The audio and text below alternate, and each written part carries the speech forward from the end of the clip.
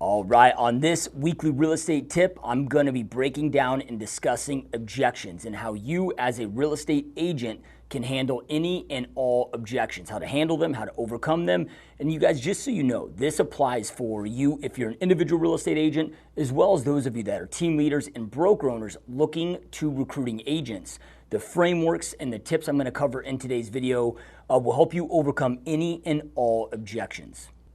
Now, just in case this is your first experience here with me, my name is Joshua Smith, and I'm a realtor and team leader here in Phoenix, Arizona, in the top 1% of realtors and team leaders worldwide, as well as the host of the GSD Mode podcast. And if you're a real estate agent, team leader, or broker owner, and you're looking for great content to help you continue to grow your real estate business, you are in the right place. And make sure to hit that subscribe button, tap that notification bell to ensure that you are alerted every time I release a new piece of content, as well as make sure to smash that like button. Again, we are here discussing real estate objections and how to overcome and handle them. And I've got my notes here so I can stay on pace, stay on track. I have the tendency to go out there and just blab and so forth. So I want to make sure to stay precise and stay on point here with you guys.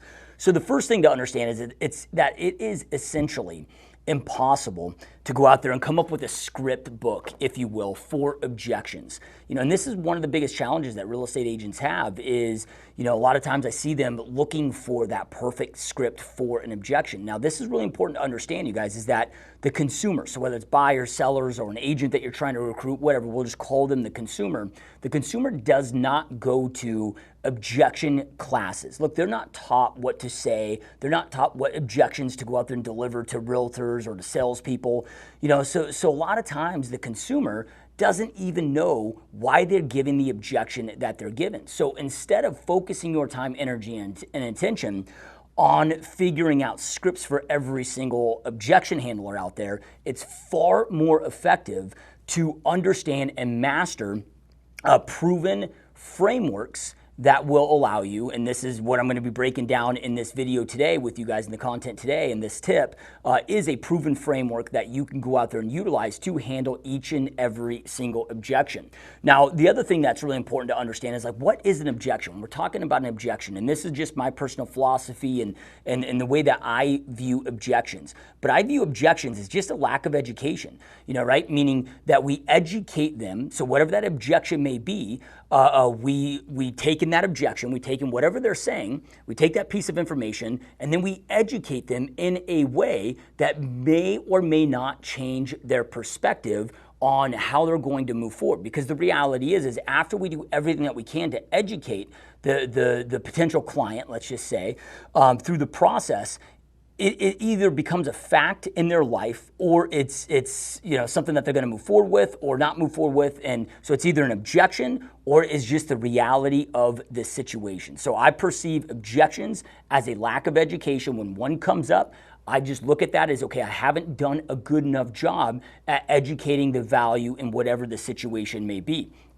Now, before I jump into examples, different objection examples, as well as break down the proven objection handling framework that I'm going to be covering today, there's something that I think that is really important to discuss. And this is just how I personally operate. And I'm sharing this with you because, I believe that you're going to be in agreement with this and operate in this same manner. But for me personally, when I look at objection handling, I am not trying to utilize this framework and do anything that isn't in the best interest of the client. I'm not trying to manipulate them and get them to do something that maybe isn't their best interest and so forth.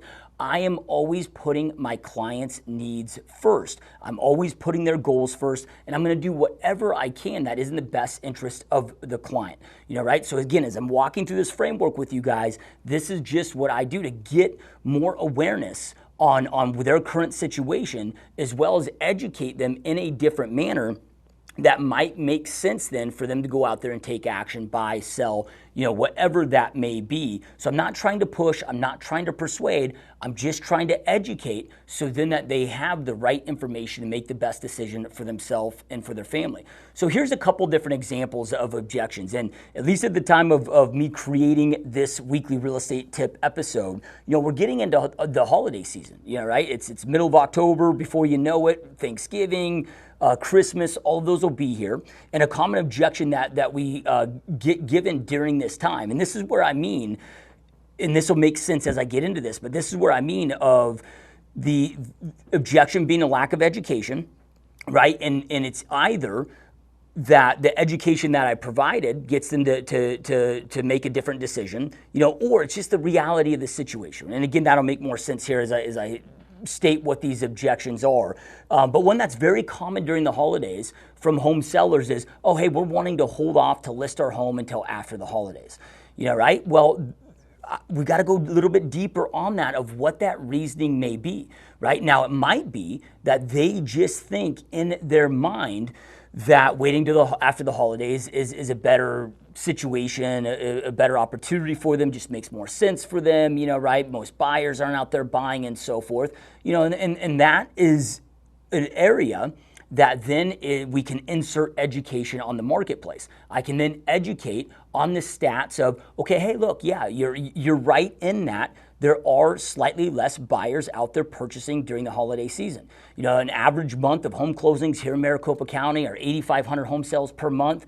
And historically during, the Christmas time or during December, we see 7,500 monthly home closings, so there's 1,000 less. So it's slightly less. However, there's still 7,500 monthly homes still closing, so there are still a lot of buyers out there buying and doing transactions during this time. And one of the huge benefits to you to listing your home during this time is that there are far less home sellers on the market. Most home sellers have the same thought process that you have right now. They're waiting till after the first of the year. So then what we see is during the holiday time, there are less listings, right? And there's still a tremendous amount of buyers out there. So you have less competition and have a higher opportunity to go out there and find a buyer for your home and get top dollar for your home.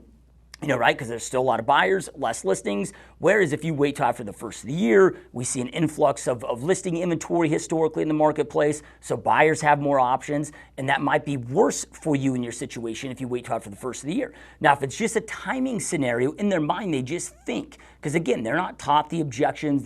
This is just in their mind of what they think might be best. And again, you guys, as real estate professionals, that's exactly what we are. You are the professional that needs to lead the process and educate on the process. And I'm just using this as an example so I can get into this framework and so forth, but it's really important to understand that not all objections are objections. They can just be the reality of the situation, right? So that first scenario that I share with you is a true objection, right? And that one can be easily overcome.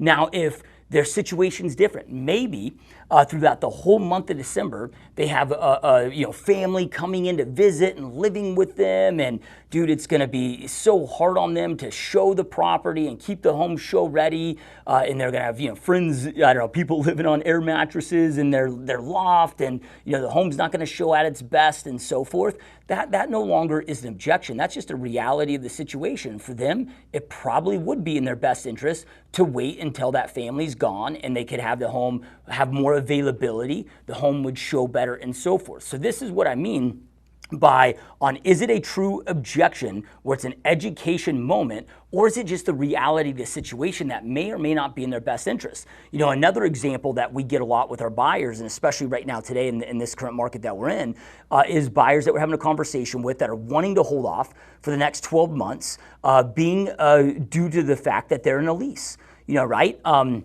So, and again, this can be an objection or it can just be a reality of the situation, right? So first thing, when I have buyers that want to wait 6 months or 12 months, I want to find out why they want to wait and what that reason may be and the rhyme to the reason behind that. And, sometimes when I talk with agents or when I'm sharing this information, whether it's agents on my team or coaching clients, they might look at that as seeming to be aggressive. And it's not, you guys. Again, I'm not here to push anybody. I'm here to do what's in their best interest and meet their goals and their timelines. But if we look at the current marketplace right now, if we were to flip roles, if I were out there, if I wasn't in real estate, didn't really know what was going on in the marketplace, and right now, at least at the time of me creating this content today, our real estate market is on fire. Home prices are going up, $5-10 grand every single month, and prices are rising dramatically. Well, if I'm just a regular buyer out there, I don't have insight knowledge of what's going on in the marketplace, and in my mind, I'm just thinking, 12 months might be that right time to buy.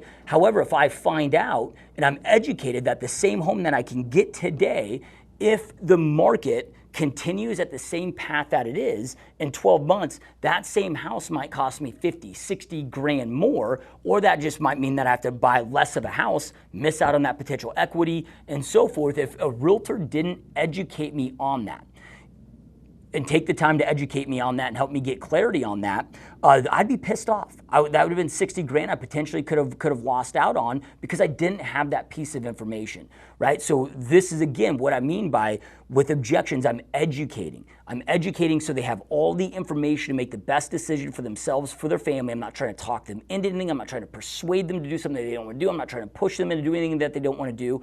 I'm just trying to educate them on that process, right? However, going back to this exact example, if they're wanting to wait, let's just say 12 months because they're in a current lease, well, I can educate them, again, on what's going on in the marketplace, but also home prices have risen dramatically over the last 12 months or so, and well, they've been going up for some time now and continuing to go up at a rapid rate right now, but also so have lease prices, right? So then I can educate them potentially on how to go out there and have a conversation with their landlord. Maybe their landlord right now, maybe they're locked in at a lower lease, maybe they're paying $1,500 a month. Their landlord right now could easily go out there and get $1,800 a month. They're going to move out in 12 months anyway. Maybe their landlord's willing to break that lease because they can go out there and get $1,800 a month and get a higher rent price today and get them out of that lease quicker, right? So again, we're just educating them on what's happening in the market, and in different scenarios, if they choose to fast forward the process, what that can look like and so forth, so they have more detailed information to make their best decision. Because most times, if we just look at all of us, we're making our decisions based on the information that we have. Well, maybe we have bad information. Maybe we don't have enough information. So it's just about education, education, education. And before I get into the actual framework to handle every objection on that I want to break down for you guys, because this is so powerful and can be such a game changer for you. It's really important, and this just goes in alignment with everything else that I'm talking of, not trying to persuade, not trying to manipulate, with just to educate. But in order to get people to listen to you and listen to what you have to say, they need to be in a position where they can do just that, just listen. So this is something that's been a massive game changer for me in my business, which has been implementing. This is something we implemented years and years and years ago, which is our absolute no pressure policy. So we're really careful with how we frame our questions. I'm always repeating myself about our no pressure policy to make them feel comfortable, so they don't just see me, whether it's over the phone or in person, as being some pushy salesperson, which is how most perceive realtors.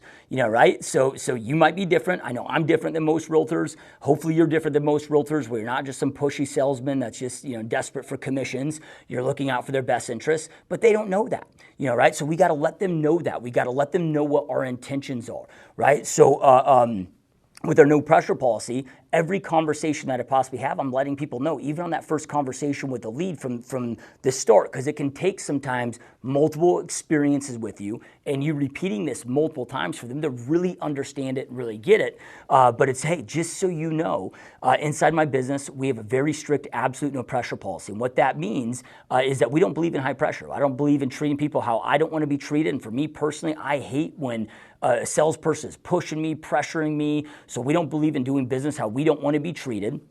So you never have to worry about being pushed, being pressured. I am here to provide you with the best information, all the information that you need to get clarity on making your best decision. That's it. Right? So every time I was going to set an appointment, let's just say I'm trying to set a buyer consult, listing consult, it's just a reminder of that. Hey, here's the purpose of the meeting. The purpose of the meeting is to educate you on every step of the process, so you know what to expect, what the market's doing, what your costs will be, all of that, right? So I'm going to educate you on what the process is and give you all the information that you need to make the best decision for yourself and for your family. And just so you know, we have a very strict, absolute no pressure policy, so you never have to worry about being pushed, pressured to do anything that you don't want to do or anything you feel uncomfortable with doing, right? Again, the sole purpose of the meeting is just to educate you so you have the best, all the information, make the best decision for yourself and for your family. And whether that is to go out there and buy and sell right now, or whether you decide right now is the time for you to buy or sell, whether you decide you never want to buy, that's okay.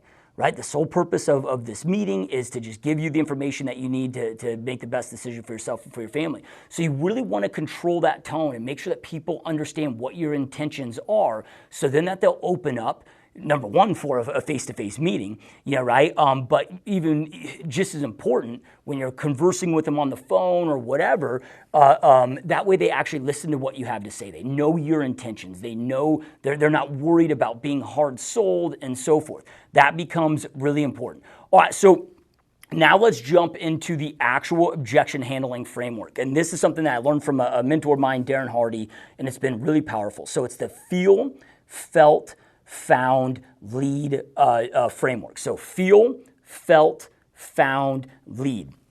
All right, so when we break each of these down, so if you look at the feel, so this way you just have some rhyme to the reason of why this is so effective and so forth, right? So the feel portion of this shows empathy and shows compassion, right? So that would be when somebody gives an objection, hey, I understand 100% how you feel. I 100% understand why you feel that way, how you feel, right? That's the feel portion.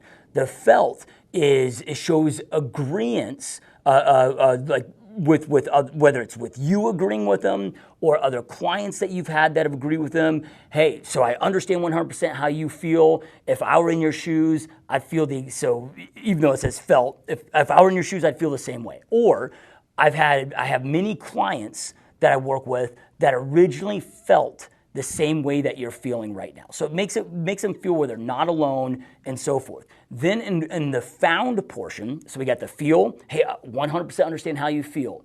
I've had so many clients that felt exactly like you did and had those same concerns, had those same thoughts, right? Here is what we found, or here is what they found. So the found then goes into the education element, right? And then the last part, lead, is just leading the next progressive step of leading the process. So that would be me. So usually in the next progressive step, it's going to be trying to set an appointment, right? If it's a lead, right? But this applies. This isn't just converting leads into appointments and then appointments into clients. This can also be, managing a client. Maybe you're in an inspection period and the inspection isn't, they see the inspection report, they start freaking out. Hey, I 100% understand how you feel. And look, many of my buyer clients, when they first see that inspection report, they felt just like you did right now. Right now, here's what they found and here's what's important. Right. So then I get in the education mode, and then once I get done educating, then I'm leading the next step of the process. So in that inspection example, that would be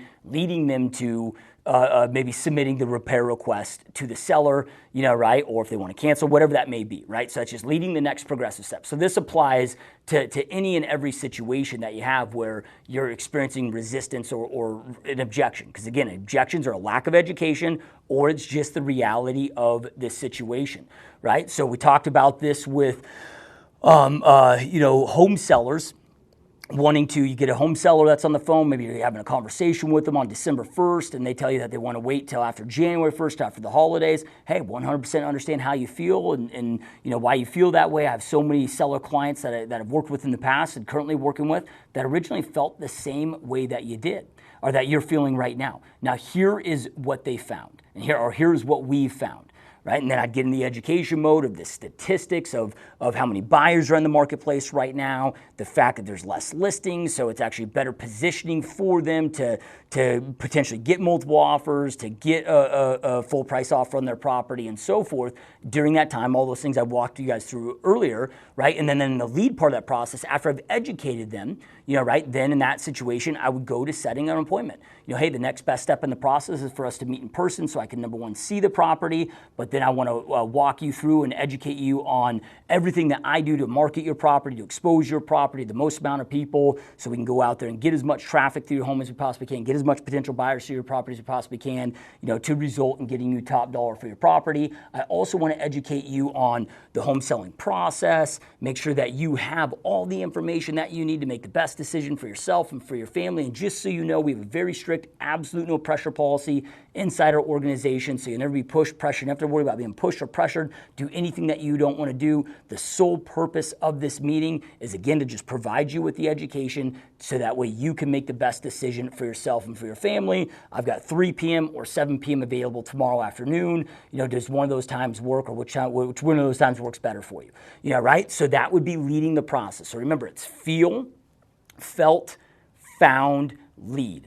right? So I'm going to feel is I know how you feel. Felt is showing the agreeance. Lead or found is the education moment, and then lead is the next progressive step in the moment, or for the process for for that current situation. And you guys, I found this to work. I mean, I find this to work with my kids, right? With any objection I get from my kids. So again, whether it's with a buyer or a seller or recruiting an agent, whatever it may be, this framework works massively at helping you overcome and handle any objection that you may have. Because remember, again, objections are either lack of education or it's the reality of the situation.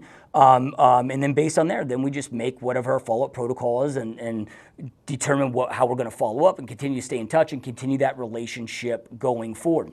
All right, for more scripts, lead generation strategies, and top tips to help you dominate your real estate business, make sure that if you haven't already, make sure that you snag my 100% free book. You can go right now to joshuasmithfreebook.com. These are just top tips, methods, strategies, everything from business planning, goal setting, how to track your numbers, top CRM tips, lead generation tips, scripts, and so forth. There's over 40 top tips that I've utilized that have helped me build my real estate business to become one of the top realtors and team leaders on the planet. It's 100% free, nothing being sold, no fluff. I get to the point. Each chapter, which is over 40 chapters, is a different strategy, a different tip.